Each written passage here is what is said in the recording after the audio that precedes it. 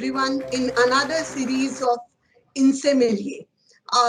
Today we have with us Mr. Anil Sant, who is President and CEO of Asian Re Corporation in Thailand. Sir has worked in India and UK before joining Asian Re as a CEO. Sir is a graduate of UDCT in Mumbai, and after his graduation, he joined directly into insurance sector. So thank you so much, sir, for joining us today. And I will formally like to welcome you on behalf of Insurance Institute of India in this Insemelier series.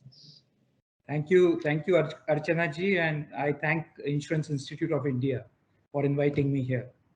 You are heading an intergovernmental regional organization working in the field of reinsurance.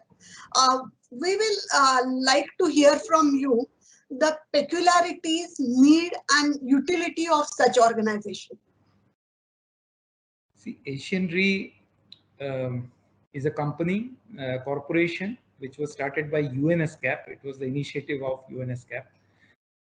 It was supposed to be an intergovernmental initiative, and initially only the governments were there, 10 governments who came together to form this company.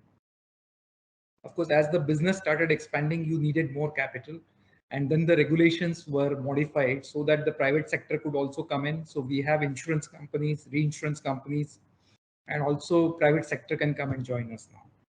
But if you really think about it, the structure may be peculiar, but it is not unique. We also have a very similar company which is operating in Africa Re, and that is also a United Nations initiative, exactly started around the same time, 1980s, and we also started around the same time. The main difference between Asian Re and African Re, according to me, is both are working as professional reinsurance companies. Both are needed because reinsurance capacity is required. Maybe the capacity required, the need was much higher when the company started operating in 1980s. Now, of course, we are facing a market where there is excess capacity. But in spite of that, we operate in a very similar way like any other professional reinsurance company. And we are providing capacity and we are servicing the markets where we want to write business. You still feel that this need is still there in current market as well? See, the difference between Africa Re and Asian Re is Africa Re has become very big. Asian Re is not very big. If Africa Re is fitting so well with rest of the markets and rest of the world, doing reinsurance business, Asian Re is very similar. We can also fit in there.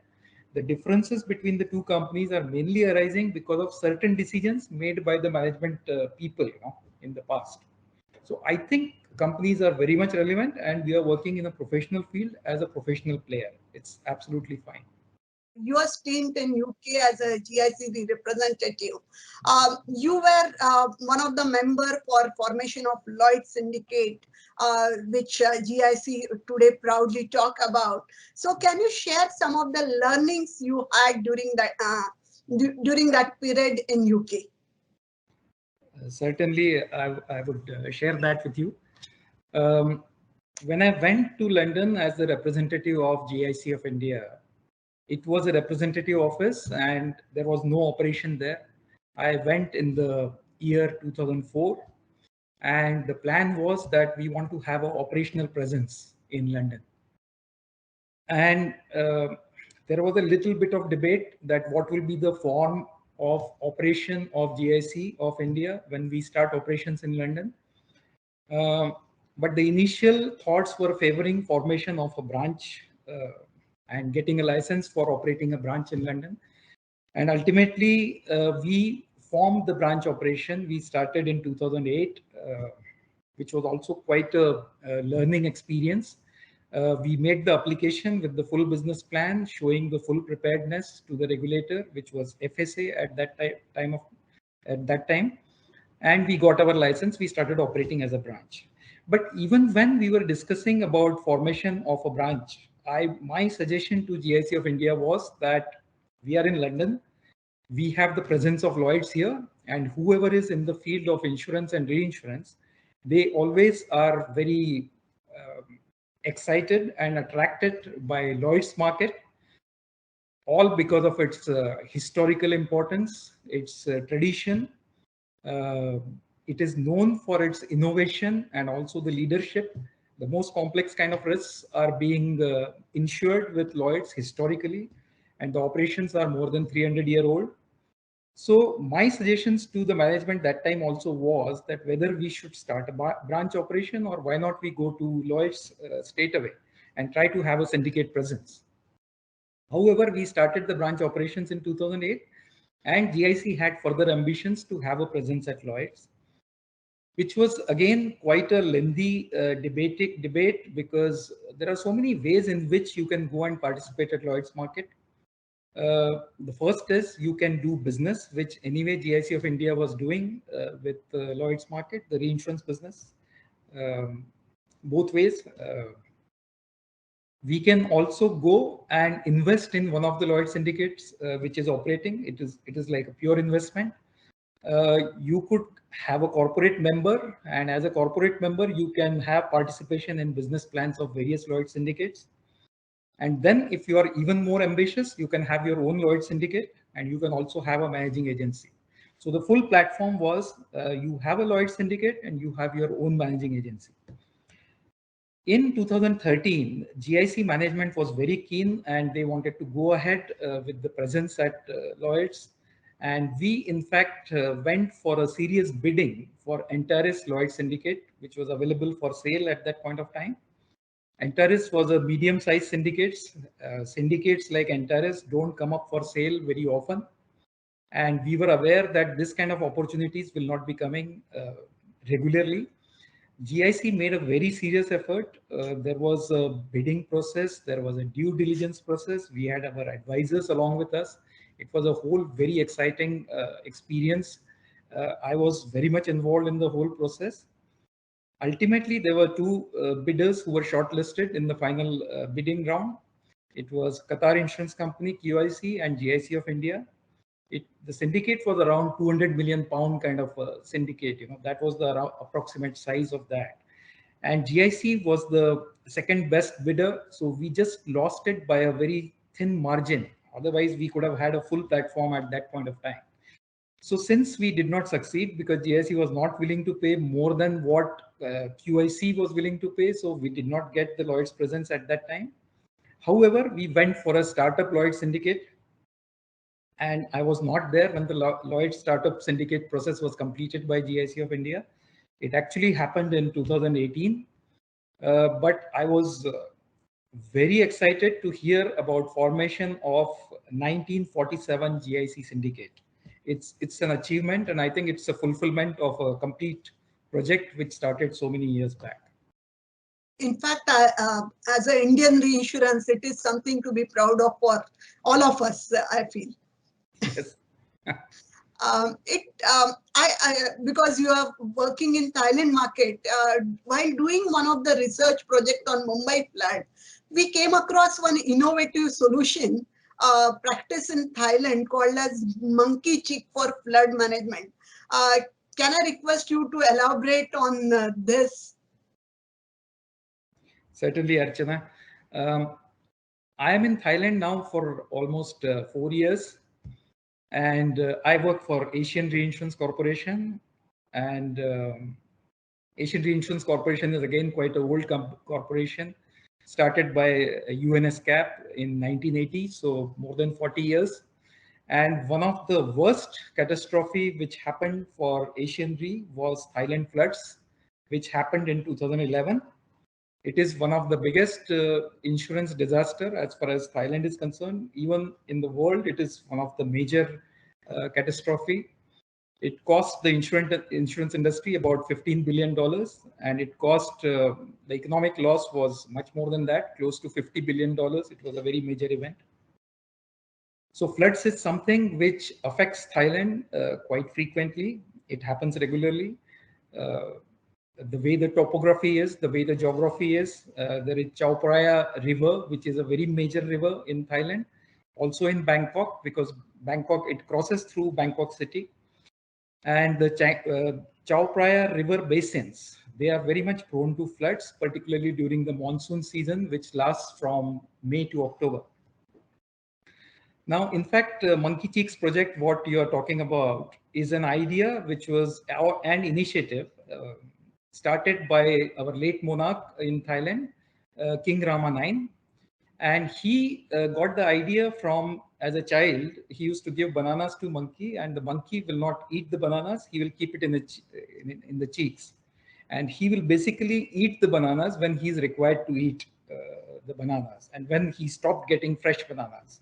So that is the concept he basically propagated for flood prevention and flood management in Thailand.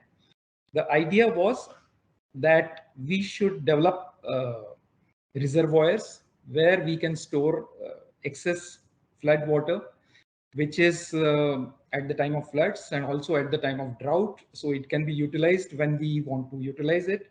And at the same time, the population and the economy and the cities are not affected when a severe flood like 2011 is hitting the country. So in fact, the work on Monkey Cheeks project has started since 1995. There have been so much projects and so much infrastructure work which has been done by the government in the intervening period. Of course, there was a big thirst on the development of flood prevention measures immediately after 2011 flood, because the flood was very severe. It lasted almost 8 months, and it was basically a news item all over the world, that time. So what they have done is Chao Phraya River, east of that, west of that, also the upper basins and the lower basins, they have identified places where they can create water reservoirs and a lot of water can be stored there. There are also basically wetlands or the agriculture land which is not cultivated, they are using it. And basically it can be used for storing the excess water coming through the rivers. And they have created infrastructure so that there are dikes, there are sluices, gates, floodgates, so the water can be controlled, it can be released, it can be stored when required, and quite a lot of work is done. Nobody can say that floods will never affect Thailand going forward because of the way the nature is, the way the climate change is taking place. Again, Bangkok, such a major city, but in fact, it has been sinking over the years, and it has its own impact, because of the nature of that. So, in spite of that, it is felt that the severity of the floods, which was felt in 2011, will not be felt again because of all these activities which have been done. There are so many big underground tunnels which have also been developed where the water can be stored and it can be released when the conditions are favorable. When it is high tide, the water cannot go into the sea, and when the high tide goes away, then the water can be released. In fact, I would also like to mention about a Malaysia project which I saw there because I worked in Malaysia also for almost 3 years. And in fact, in Kuala Lumpur, they have a smart bypass. Smart is basically, it stands for storm water management and road tunnel. And it is basically an underground bypass right in the center of the Kuala Lumpur city. It is almost 10 kilometers long. They have spent almost $500 million in creating it, and it can store 300 million cubic meter of water when there is flooding kind of a situation. And it has been very effective. And I think Monkey Cheek project is a combination of various activities and developments for flood prevention, which the government has undertaken over the years. And it is, I think, very, very beneficial, for flood management. Thank you so much, sir, because I feel that these kind of innovative solutions directly affect insurance as well as reinsurance market. This brings me to my last question, that what message you would like to give to Insurance Institute of India member who want to make their career in reinsurance sector in India or abroad? Okay. I'm a reinsurance practitioner. In fact, I got into the field of reinsurance in 1990s, and I've been there since then.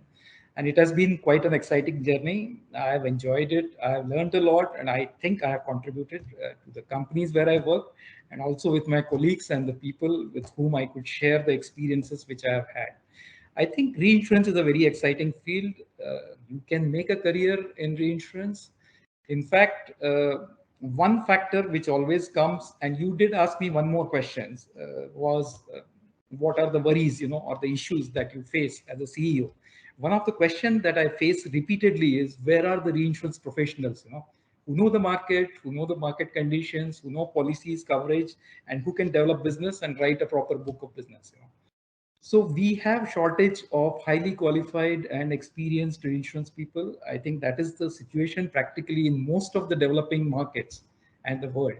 You see, a reinsurance portfolio can be handled by a very small manpower compared to insurance company, but still you need those people, and even they are not available. So I think it's an exciting career. I would encourage them to go with full enthusiasm for this career, please.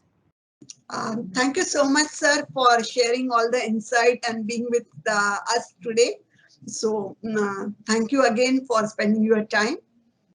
Have a nice day. Thank you very much. Thank you, Archana. It has been a pleasure. Thank you.